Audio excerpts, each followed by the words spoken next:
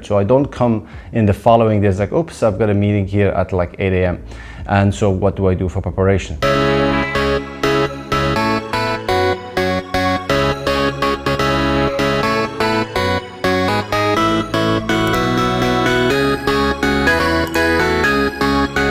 Yeah, so one of the things I actually was thinking to cover this morning, which could be very good specifically for the people in our company and at large, I think at global, for anyone that is sort of have a very busy day ahead and want to really best plan. So for me, I'm just going to share like what worked really well from my perspective in terms of planning the day, planning my to-do list, and what has been my structure over the last 15 years, because there's a lot of ways to do these things, and I think everybody has a style, a way that works for them. But I'm going to share what actually works for me really well, specifically as I kind of transition from a software engineer to a senior engineer, and then further on into a tech lead, and then today, with where I am today is to leading the entire company. So as your schedule gets more busy, obviously there's going to be more and more items coming into your to-do list, more meetings, and so on and so forth. So a couple of simple things that I do which have been very helpful. So one of the things is I always leave the office planned the following day. So the way I structured my to-do list on my notepad, and I just use notepad, a lot of people use different tools, Notions and so on.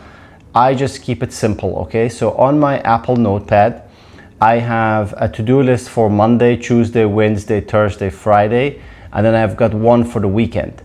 So each day I have broken down into pillars, right? So there are things which is in the, in a target list that must be achieved within this month. These are like sort of the goals, I would say. And then they actually circulate into a quarter, into a year. So there's a section that I put for that specifically, which is very helpful. Now I put things at the company level and both also at a personal level. If I want to run a marathon, I don't want to increase my mileage, this is something that I would certainly put there at this particular occasion. Then what I do next is what meetings that I have on that day. Now I have got my meetings already, every meeting that I have on the day, it's on my calendar, but I still like it to write it down. There's a huge benefit when you do write things down, as we know. So putting that in there, just mentally getting me prepared. I attach any links, so the previous day before I leave the office, I know what meetings I'm doing the following day, and also I know exactly what links, preparations I need to do for those meetings in advance. So if there's something that's not there, I will make sure I'll be prepared. So I don't come in the following days like, oops, I've got a meeting here at like 8 a.m. And so what do I do for preparation?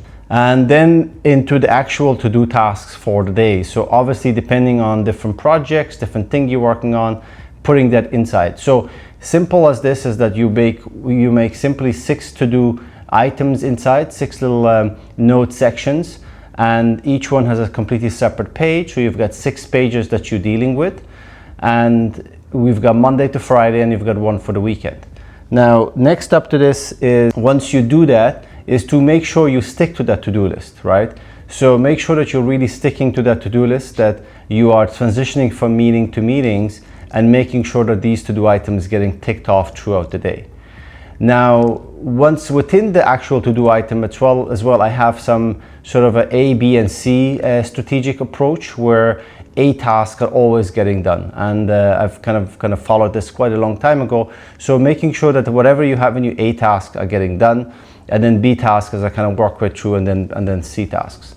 Now, next up is what's really important for you is to make sure that you keep the notepad right in front of you. So I've got 2 monitors in the office. So I'm recording this morning. I'll just do a quick recording about this topic, and then I hit the office. So what I do is make sure that my notepad is right in front of me throughout the day, because that's very, very important. Now, so this is on a day-to-day working days. Now, what I do normally then on a weekend, on a Sunday, I will then prepare the whole week. So I look at my whole week, how many meetings are coming up, and how many to-do items, what are my key deliveries on this week. Now, okay, so the bonus point, right? So this is all good, right? So this is my notepad and all these things, and I think everybody have some sort of a structure of the same.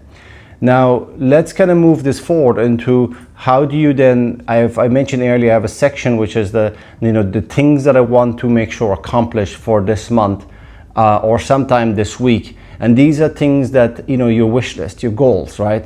So one thing that worked very well for me is, I think a lot of you guys probably have read through this book called Think and Grow Rich by Napoleon Hill. I did stumble on that book about maybe almost 20 years ago, and it definitely has had a very dramatic impact on me.